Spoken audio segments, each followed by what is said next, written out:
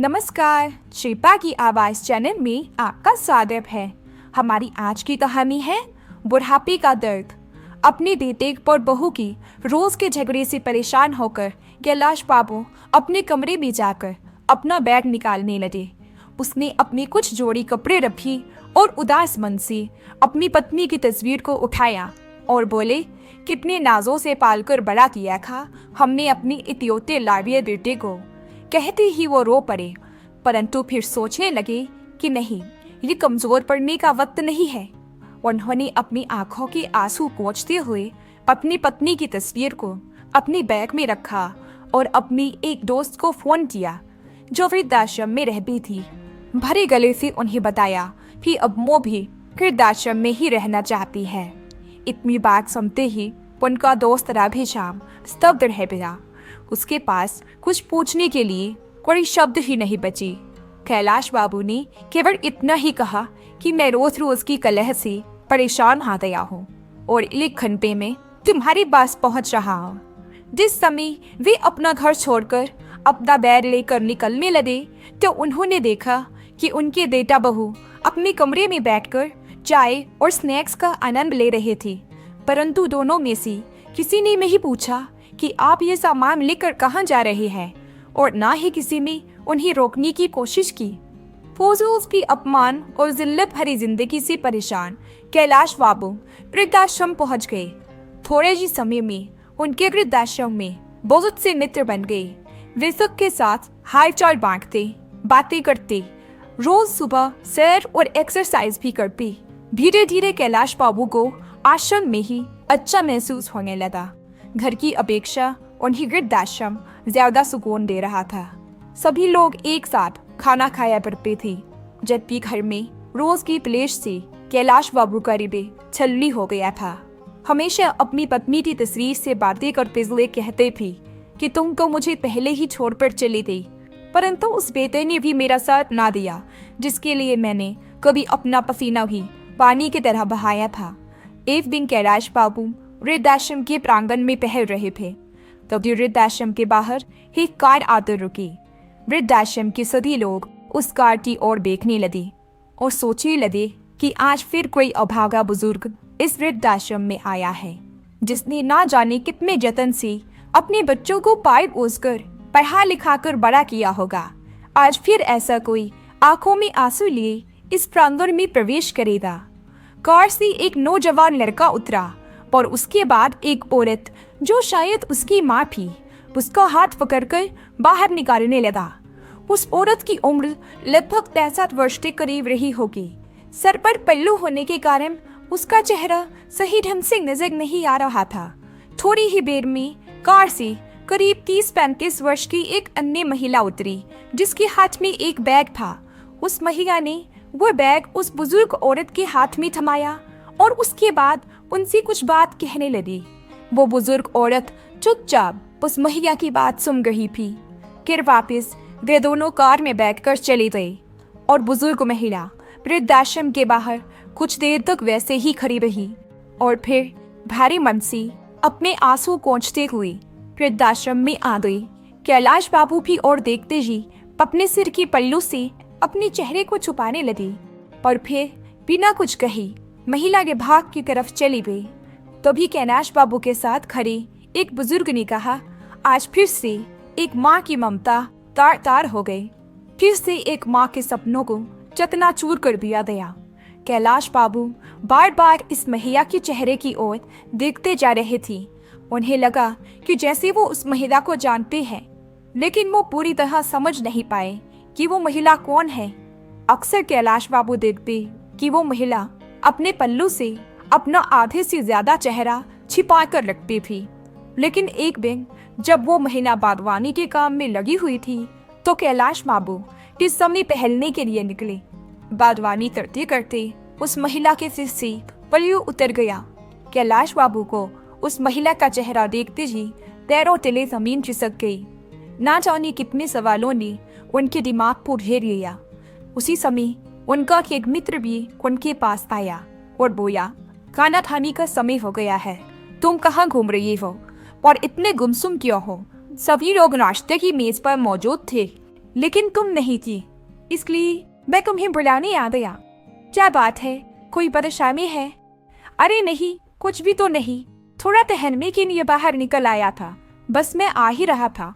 अनी के कमरे में बैठने के बाद कैलाश नाथ जी की नजरी बार बार जानकी बेबी को ही ढूंढ रही थी। वे उनसे पूछना चाहते थे कि आखिर ऐसा क्या हुआ कि उन्हें यहाँ आने की नौबत आ गई।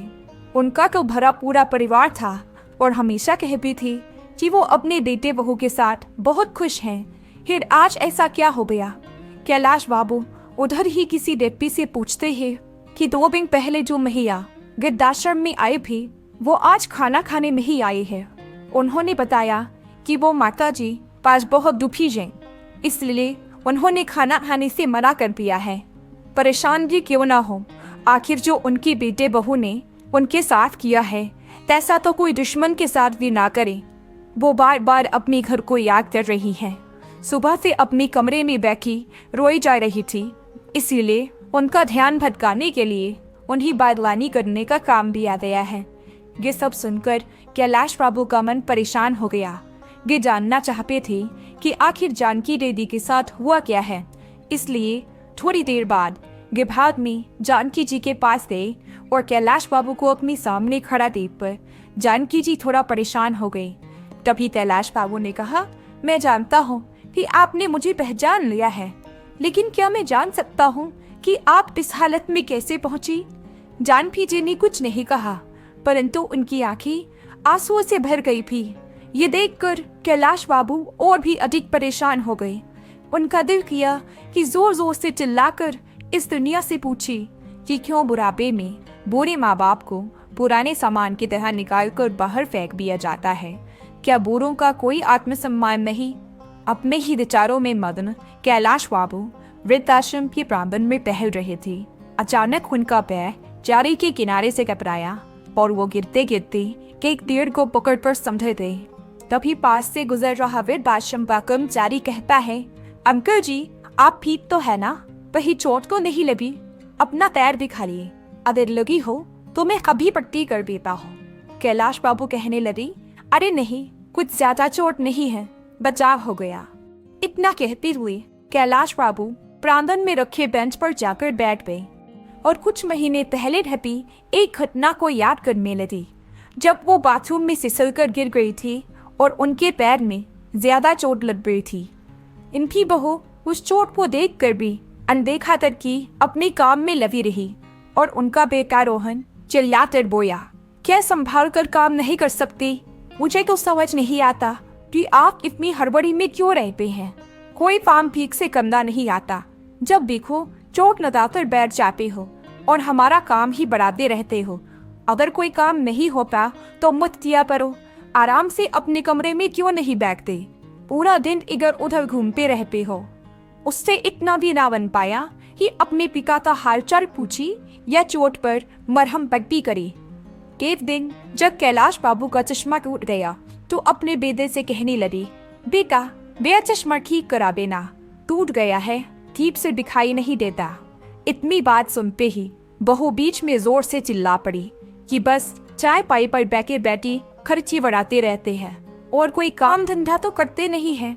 बच्चों की तरह हरकतें हो गई हैं आपकी। ना जाने ऐसा कितनी बार हुआ था जब कैलाश बाबू अपने बेटे बहू से अपमानित हो चुके थे। अपने अतीत में झांक दी कैलाश बाबू अभी अपने विचारों में खोए ही हुए थे। तभी सामने से उनके बुजुर्ग मित्र राधे श्याम जी आते हुए दिखाई दिए। राधे श्याम जी के चेहरे पर मुस्कुराहट थी। उन्हें देखकर कैलाश बाबू बोले, क्या बात है राधे श्याम, आज तो बड़े ही खुश नजर आ रहे हो। तभी राधे श्याम जी ने कहा, आज मेरे बेटे का जन्मदिन है, उसका फोन आया था कि आज वो मुझसे मिलने आने वाला है, इसलिए मैं बहुत खुश हूँ। बहुत दिनों बाद आज उसका चेहरा देखने को मिलेगा। राधे श्याम जी की बात सुनकर कैलाश बाबू कुछ परेशान से हो गए और अपनी मित्र से बोले, जिस बेटे ने तुम्हारी ये हालत कर दी, तुम्हें वृद्धाश्रम में छोड़कर चला गया, सारने की वह कुछ देर के लिए तुमसे मिलने के लिए आएगा, तुम उस बेटे के लिए खुश हो रहे हो? तभी राधे श्याम जी बोले, मैं तो इसी से खुश हूँ, मेरे लिए यही बहुत बड़ी बात है। लेकिन कैलाश जी उनसे नाराज होकर उनकी बात को बिना सुने अपने कमरे में जाकर बैठ गए। सोचने लगे कि ये किस्सा केवल मेरे साथ या जानकी जी के साथ ही नहीं है। वृद्धाश्रम में रहने वाले हर एक बुजुर्ग की कोई ना कोई कहानी है और सभी की जिंदगी में वृद्धाश्रम में रहने के पीछे कोई ना कोई वजह जरूर है। बिना किसी वजह के अपनी मर्जी से कोई वृद्धाश्रम में नहीं आता जब तक कि एक व्यक्ति अंदर तक नहीं भर जाता, अब तक वो यहाँ आने के लिए मजबूर नहीं होता। लेकिन देखो, सभी गोरे लोग अपनी उन कड़वी यादों को भूल कर अपनी जिंदगी को यहाँ बिताने के लिए मजबूर है। कुछ लोग समय के हिसाब से स्वयं को ढाई लेते हैं और खुश रहने की कोशिश करते हैं, जबकि कुछ लोग मेरे जैसे हैं जो हमेशा ही अपने बच्चों को, अपने बेटे बहू को, अपने पोते पोती को याद करके आंखों से आंसू बहाती रहती हैं, बार बार अपने घर परिवार को याद करती हैं, मन में अपने घर के लिए लगाव भी है, लेकिन उसी घर में रहने वाले बेटे बहू के दिए हुए घाव भी है। कैलाश जी को कविता लिखने का बहुत शौक था, इसलिए अपना दिल दहलाने के लिए वे कुछ देर के लिए कविता लिखने बैठ जाती थी।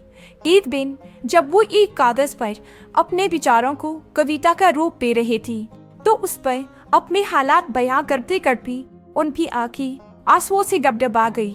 उसी समय वृद्धाश्रम का संचालक उनके पास पाया और उन्हें आवाज लगाई। कैलाश बाबू उसी समय खिटक कर बैठ गए और कागज को मोड़कर अपनी जेब में रख लिया और अपनी आंसू छिपाते हुए बोले, जी बोलिए। कैलाश जी, आपका बेटा और बहू आपसे मिलने आए हैं, साथ में आपका पोता भी है। ये बात सुनकर कैलाश जी हैरान हो गए, साथ में उनके चेहरे पर नफरत के भाव भी आ गए।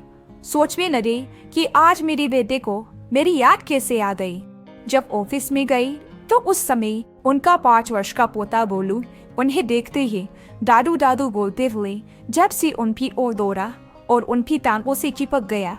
कैलाश बाबू की आंखों से आंसू छलक पड़े।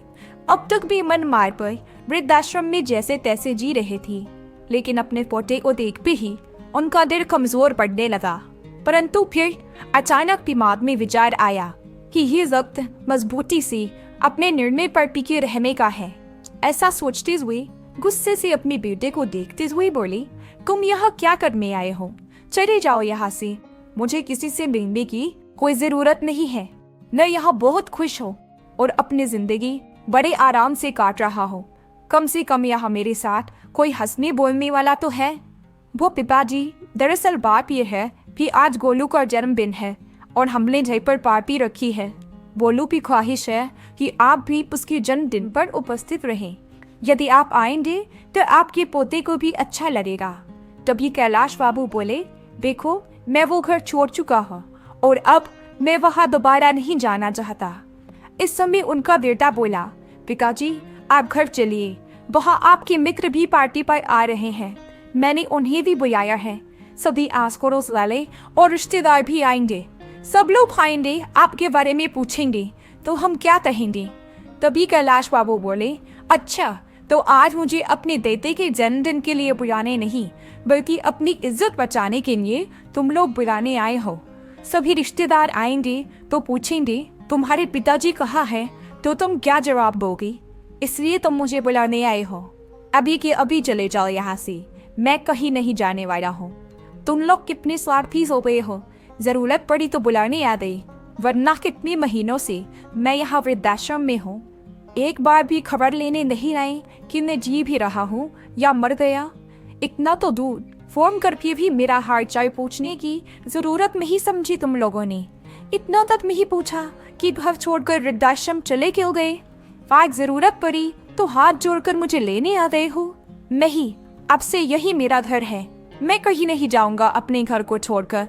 ऐसा कहते हुए कैलाश बाबू अपने कमरे की ओर जाने लगे।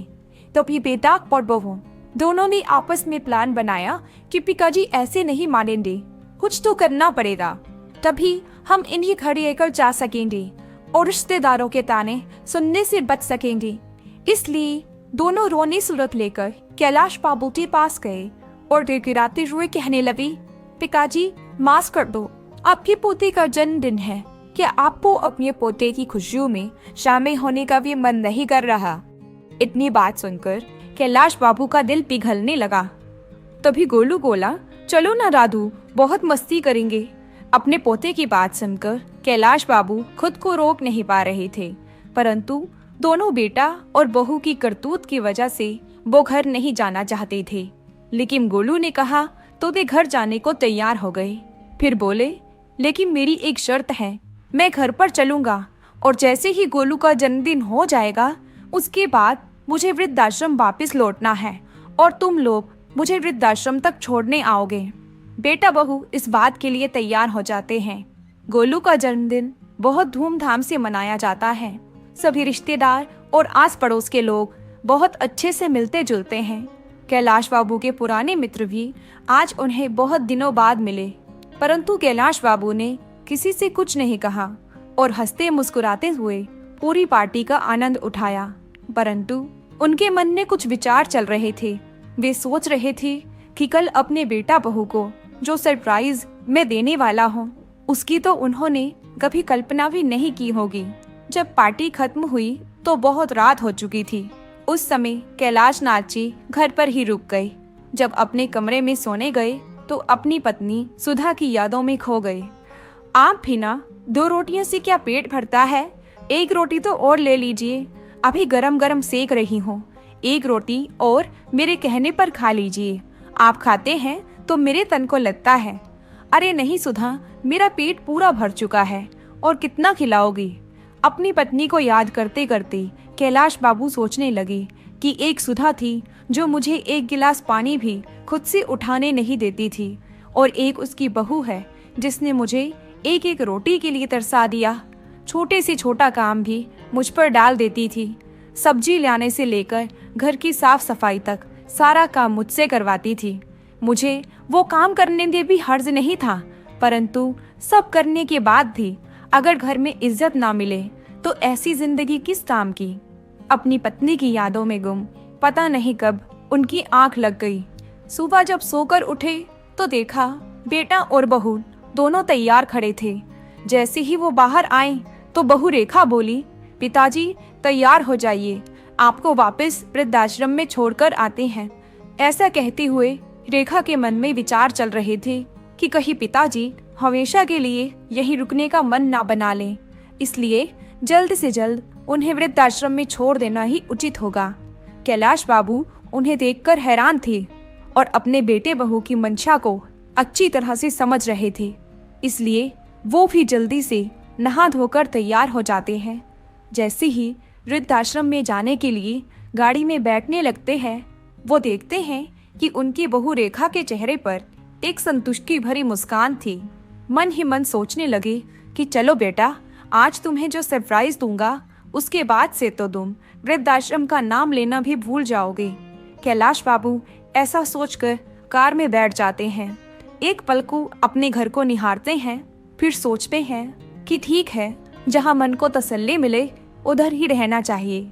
यहाँ तो बेटे बहू को मुझे निकालने की बहुत जल्दी है, तो रहकर भी क्या करूँगा।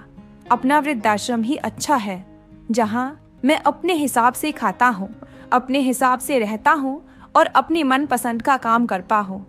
किसी की चिक चिक नहीं होती। जैसे ही वृद्धाश्रम के सामने कार रुकी तो बेटे बहू कार से उतरकर बाहर खड़े हो गए। कैलाश बाबू भी कार से निकले और अंदर जाने लगे। जाते जाते रुक गए और पीछे मुड़कर अपने बेटे बहू को आवाज लगाई। वे दोनों अपनी कार में बैठने ही लगे थे, तभी कैलाश बाबू की आवाज सुनकर रुक गए। कैलाश बाबू ने फिर कहा, वापस मत जाओ, मुझे तुम्हें किसी से मिलाना है। उनके बेटा बहू उनके पीछे पीछे चल पड़े। वृद्धाश्रम के प्रांगण में पहुंचकर कैलाश बाबू वहीं काम करने वाले एक दीप्ति से जानकी जी को बुलाने को कहते हैं। जानकी जी जैसे ही बाहर आई, वैसे ही कैलाश बाबू का बेटा उन्हें देखकर दंग रह जाता है और बहू रेखा को तो जैसी काटो तो खून नहीं, उसकी हैरानी का ठिकाना नहीं था। दौड़कर जानकी जी के गले लग गई और फूट फूट कर रोने लगी और बोली, माँ आप यहाँ क्या कर रही हो? आप यहाँ कब आई और आपने मुझे बताया भी नहीं। परंतु उसकी बातों का जानकी जी ने कोई जवाब नहीं दिया। फिर रेखा बोली, मुझे तो यही लगता था कि आप भाई भाभी के साथ बहुत अच्छे से रह रही हो। कल ही मेरी भाभी से बात हुई थी, उन्होंने भी नहीं बताया कि तुम वृद्धाश्रम में हो। मैं तुम्हारे बारे में भाभी से कितने दिनों से पूछ रही थी कि माँ से बात नहीं हो रही, माँ कहाँ है, एक बार तो मेरी बात करवा दो। तो भाभी ने कहा कि तुम तीर्थ यात्रा पर गई हो, इसलिए मेरी तुमसे बात नहीं हो पाएगी। और मैंने भी मान लिया कि तुम तीर्थ यात्रा पर गई हो, लेकिन मुझे क्या पता था कि उस जालिम औरत ने तुम्हें वृद्धाश्रम में छोड़ दिया है। अपनी बेटी की बात सुनकर जानकी जी फूट फूट कर रोने लगी और बोली, बेटा तुम्हारे भाई भाभी झूठ बोल रहे थे, मुझे 1 महीना पहले ही वो वृद्धाश्रम में छोड़कर चले गए थे। लेकिन माँ, आप मुझे फोन करके बता भी तो सकती थी, मैं तुरंत यहाँ पहुँच जाती। उन लोगों की हिम्मत कैसे हुई मेरी माँ के साथ ये सब करने की। इतना कहते हुए रेखा अपनी माँ से लिपट गई। मैं तुम्हें फोन करके कैसे बता सकती थी? जिस दिन मैं वृद्धाश्रम में आई, मैंने तुम्हारे ससुर जी को यहाँ देखा। इसका मतलब तो ये हुआ कि तुम में और तुम्हारी भाभी में कोई फर्क ही नहीं है। फिर मैं तुम्हें फोन करके तुम्हारे भाई भाभी की करतूत के बारे में क्या बताती? इतना कहते हुए जानकी जी ने उसे अपने से अलग कर दिया। तुम मेरी बेटी कहलाने के लायक ही नहीं हो, इसलिए मुझसे दूर रहो। यदि मेरे बेटे बहू ने मुझे घर से निकाला है, तो मेरी बेटी ने भी अपने ससुर को घर से निकाला है। तो कुल मिलाकर मेरी दोनों औलादें ही निकम्मी निकली। अब तो मुझे स्वयं को तुम्हारी माँ कहने पर भी शर्म आती है। एक ने अपनी माँ को घर से निकाल दिया और एक ने अपने ससुर को घर से निकाल दिया। अपनी माँ की बातें सुनकर रेखा का सिर शर्म से झुक गया। माँ, मुझे माफ कर दो, मैं बहुत शर्मिंदा हूँ, मुझसे बहुत बड़ी गलती हो गई है। मैंने कभी नहीं सोचा था कि जो मैं अपने सास ससुर के साथ कर रही हूँ वो मेरे माँ बाप के साथ भी हो सकता है। तो ये जानकी जी बोली, बेटा वैसे तो तुम्हारी गलती माफ करने के लायक नहीं है, फिर भी अगर माफी मांगनी है तो मुझसे नहीं, अपने ससुर जी से मांगो। अपनी करतूतों पर शर्मिंदा हुई रेखा अपने ससुर जी की ओर मुड़ी और उनके पैरों में गिर गई। मुझे माफ कर दीजिए पिताजी। तभी रोहन ने भी माफी मांगते हुए कहा, अब आप दोनों घर चलिए और हमें अपनी सेवा करने का मौका दीजिए। तो कैलाश जी और जानकी जी दोनों ने ही घर जाने से मना कर दिया और कहा कि हमें अब अपने बहू, बेटे या बेटी के पास नहीं रहना है, हम वृद्धाश्रम में रहकर ही सुखी हैं। दोनों ने लाख मनाने की कोशिश की, परंतु कैलाश जी और जानकी जी का एक ही जवाब था, एक बार धोखा खा चुके हैं। अब इस उम्र में हमारे शरीर में इतनी जान नहीं बची है कि बार बार अपने बच्चों द्वारा दिए गए धोखे झेल सके। इतना कहकर कैलाश जी और जानकी जी अपने अपने कमरे में चले गए। रेखा और रोहन दुखी मन से अपने घर वापस चले गए। घर पहुंचकर उन्होंने देखा कि पिताजी के कमरे में उनके बिस्तर पर एक कागज रखा था, जो शायद उनकी जेब में से निकलकर गिर गया था। जब रोहन ने उस कागज को खोलकर देखा तो उसमें उनके पिताजी ने एक कविता लिखी हुई थी। क्या किसी ने देखा है, मौत से पहले भी मौत आती है। हाँ, मैंने देखा है आज, मौत से पहले भी मौत आती है। जब जिंदगी अपने आखिरी पड़ाव पर आ जाती है, शरीर भी काम नहीं करता, केवल सांस आती जाती है। हाँ, मैंने देखा है, मौत से पहले भी मौत आती है। अपने पिता द्वारा लिखे इन शब्दों को देखकर रोहन के दिल पर ना जाने कितने तीर एक साथ चुभने जैसा एहसास हुआ। और उधर रेखा अभी तक अपनी माँ की हालत को देखकर उस सदमे से उबर नहीं पाई थी, परंतु आज उन दोनों के पास पछताने के अलावा और कोई रास्ता नहीं था। किसी ने सही कहा है, संतान का अस्तित्व है माता पिता की वजह से, और माता पिता वृद्धाश्रम में हैं संतान की वजह से। दोस्तों, आपको ये कहानी कैसी लगी? लाइक और कमेंट करके ज़रूर बताएं और चैनल को सब्सक्राइब करना बिल्कुल ना भूलें। मिलते हैं एक नई कहानी के साथ। बहुत बहुत धन्यवाद।